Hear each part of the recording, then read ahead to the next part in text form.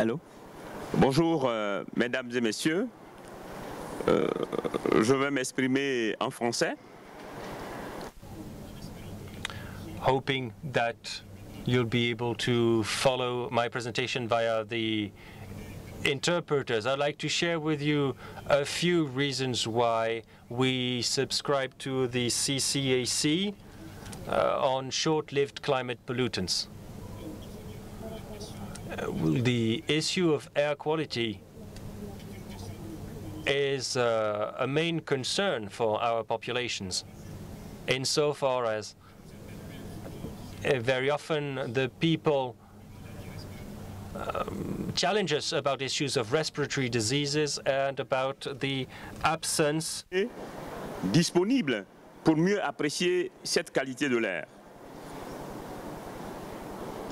Et souvent, nos véhicules qu'on utilise dans le transport sont des véhicules, je dirais, assez usagés et la teneur en soufre de notre carburant n'est pas aux normes.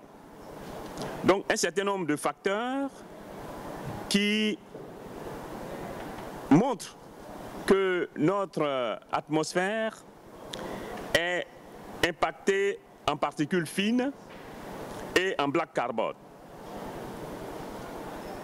Alors quand on regarde aussi les questions sur le changement climatique, on se rend compte que l'Afrique contribue très peu aux émissions de gaz à effet de serre, mais elle se trouve être en phase d'impact qu'elle ne peut pas gérer.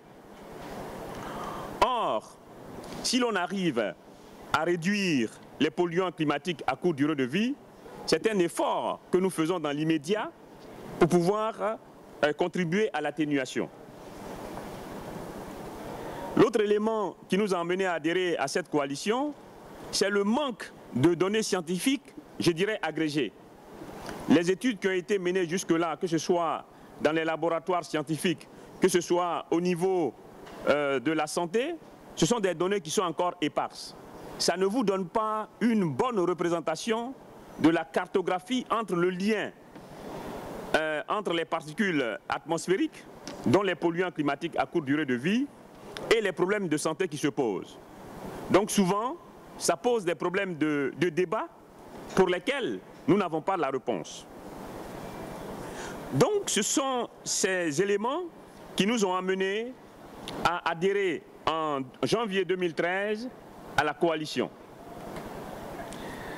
Cette adhésion nous a permis, dans un premier temps, de nous orienter vers l'amélioration de notre cadre institutionnel. Ça nous a propulsés à aller très vite dans la proposition d'un projet de loi sur la gestion de la pollution atmosphérique, autrement dit la gestion de la qualité de l'air. Et après 2 ans d'efforts, en l'absence de données de base, mais en faisant référence à toutes les études qui ont été faites dans la sous-région en termes de législation, nous avons pu proposer sur la table du gouvernement un texte de loi sur la gestion de la qualité de l'air en Côte d'Ivoire. Ça a été impulsé par la CCAC.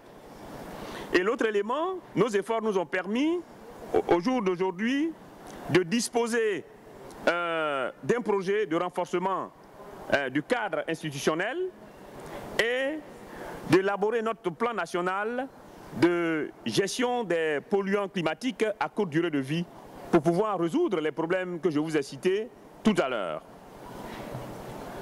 Et cela nous a permis de mieux agréger l'ensemble des partenaires au niveau non seulement institutionnel, mais aussi amener le secteur privé et la société civile à s'engager dans cette alliance au niveau national.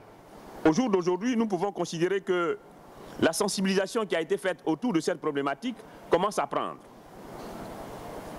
L'autre élément que nous avons jugé nécessaire, je vous ai dit tout à l'heure que la question du lien entre la pollution atmosphérique, y compris les polluants climatiques à courte durée de vie, et les problèmes de santé, reste encore assez floue.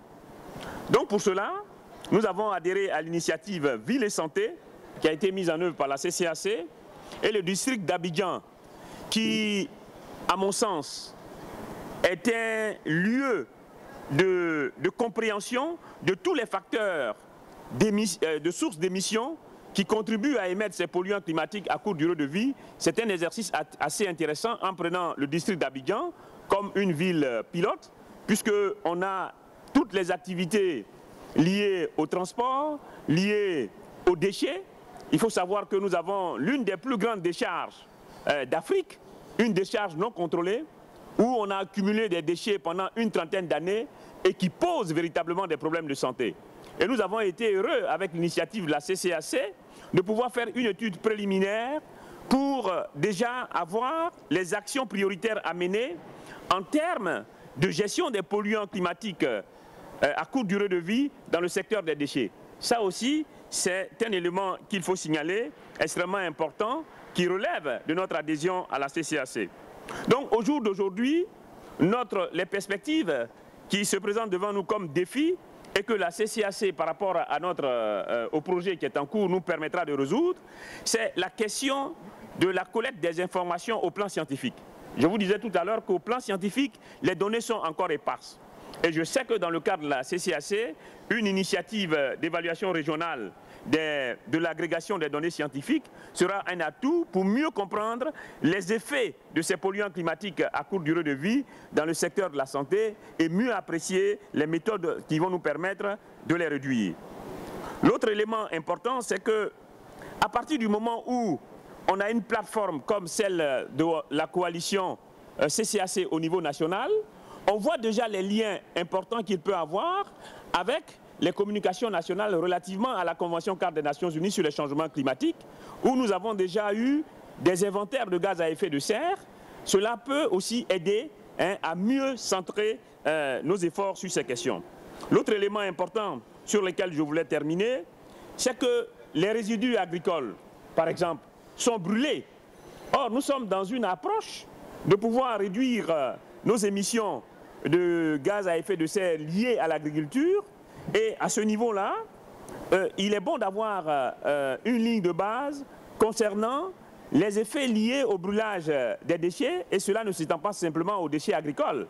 Vous savez, la récupération d'un certain nombre de D3E, les déchets électriques et électroniques, on les brûle pour pouvoir en tirer un bénéfice. Or, les émissions contiennent souvent des polluants climatiques à courte durée de vie. Voilà un tableau qui est donné. La Côte d'Ivoire se trouve dans une bonne perspective et le ministre aurait bien voulu être là pour témoigner de son engagement par rapport à cette coalition.